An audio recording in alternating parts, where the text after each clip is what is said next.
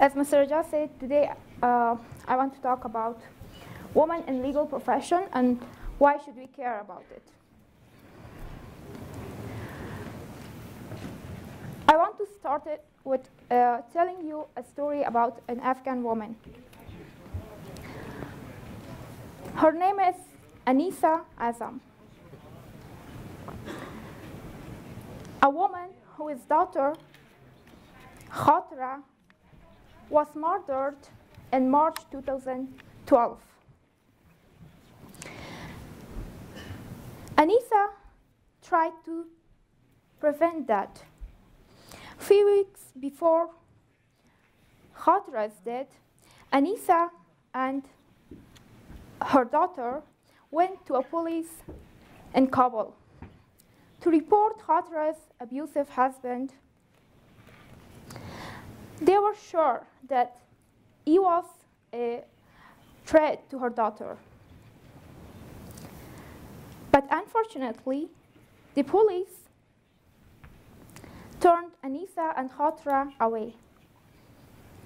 Kimberly Motley, Anisa's lawyer, was quoted by Al Jazeera saying, the police basically told Anisa, come back when Khatra is dead. Anisa took a unique step. She sued police for not doing their job and for failing to protect Khatra when she was alive. Although Khatra's husband was sentenced for 7 years in prison, Anisa believes that he has been seen walking freely in one of the provinces. This is only one of the stories that Afghan women face daily in with our justice system. Not only our laws are discriminatory and biased, but also we do not have well-trained lawyers, police, and judiciary. I'm always concerned about justice and equity, and it led me to become a professional in the field. I took my first step by entering law school in Kabul University and did my undergraduate degree there, and I got my degree in law from there. It was a good opportunity and experience. I got to know top legal scholars, practitioners, and professionals there. Later, I had the opportunity to pursue my master's in the United States, and again, it was a good opportunity to know more professionals, practitioners, and make connections with them in a broader setting. Now, while getting higher education in the master's level is a routine for people in other parts of the world, it is not usual for us. Imagine how many women in our country has such a chance. Well, I feel quite lucky to have had this opportunity. But to increase the number of women in our justice system, we need more of such opportunities for women. And more importantly, we are going to need to allow women to have access to those opportunities. Because sometimes it is not the question that whether there's an opportunity or not, but the question is that whether people have access to those opportunities or not.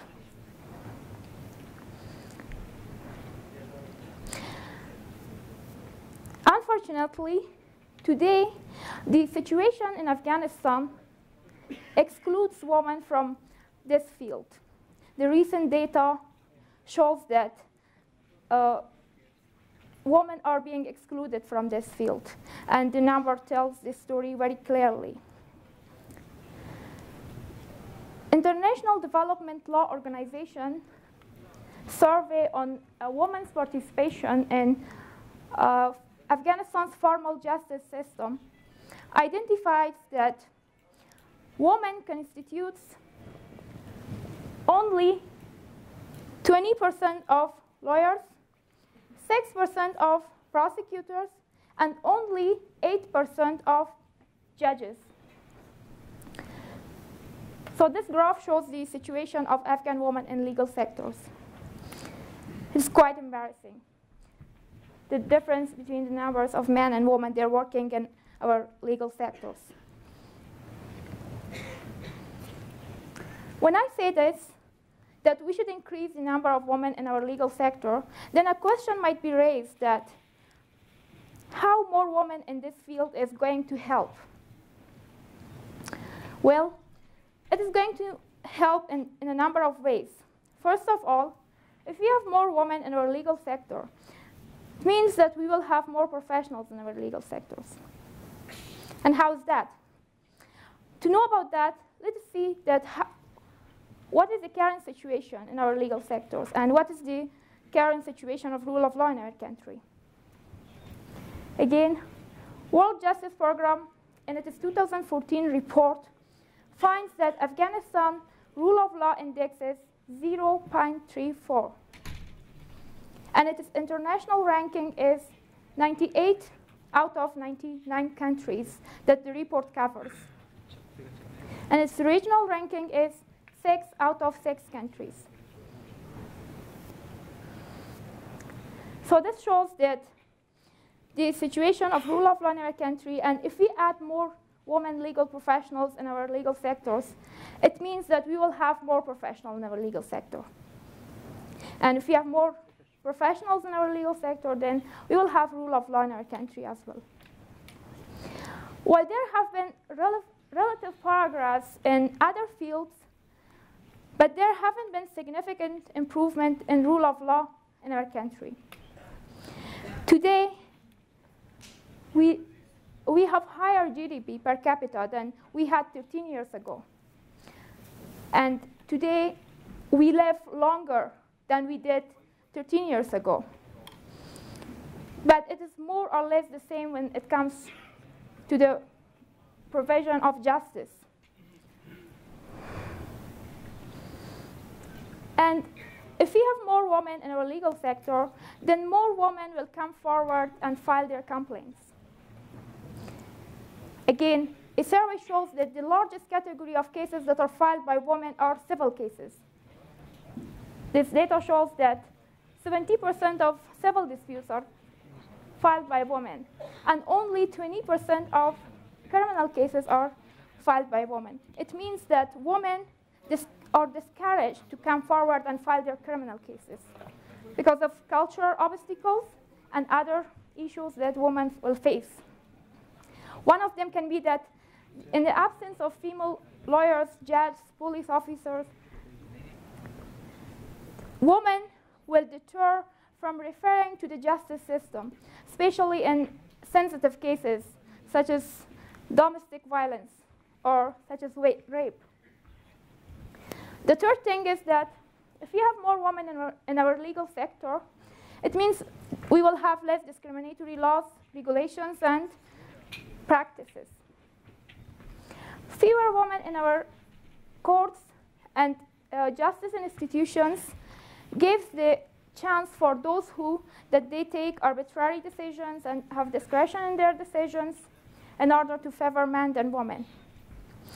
So if we have more women, then we will have less discriminatory laws, regulations, and practices.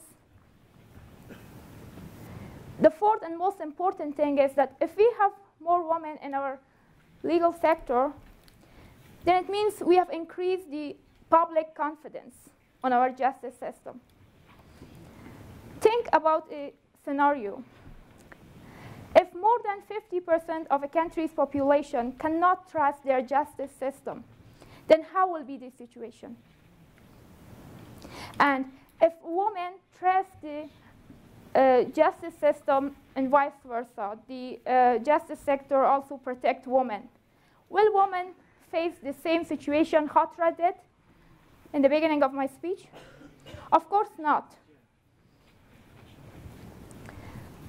What can we do to change this situation? A friend of mine always says that everyone is a champion of his or her own weight. It means that everyone can do something to change the situation. Yes, of course, we all can change the situation by encouraging, supporting, and investing on women's education and increasing their number in legal profession. Afghanistan has been called the worst place in the world for a woman to live in. It's not my statement. It is by Amnesty International. And with inclusion of more women in legal sector, we can change the situation. We can make the situation better for Afghan women and safer for Afghan women. So why not Afghanistan should be called in the future a safer and a better place for women to live in. Thank you very much.